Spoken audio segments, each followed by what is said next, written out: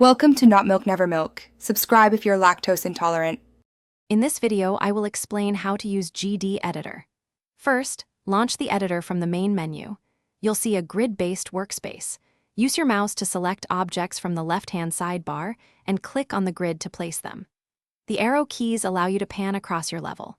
Remember, practice is key to mastering the layout and controls, so don't hesitate to experiment with different tools and settings right away.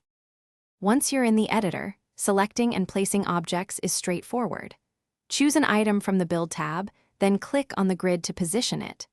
To adjust an object's properties, like its color or rotation, use the Edit Object button. You can also select multiple objects by dragging a box around them, then group them together for simultaneous adjustments, saving you valuable time during level creation. Triggers are essential for bringing your levels to life. Find them in the Triggers tab. Place a trigger, then use the Edit Object menu to define its function, such as moving a block or changing the background color. You can set delays, activate conditions, and even link multiple triggers.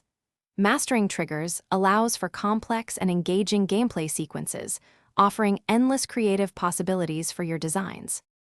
After building, saving your level is crucial.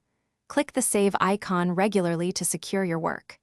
To test your creation, simply hit the play button.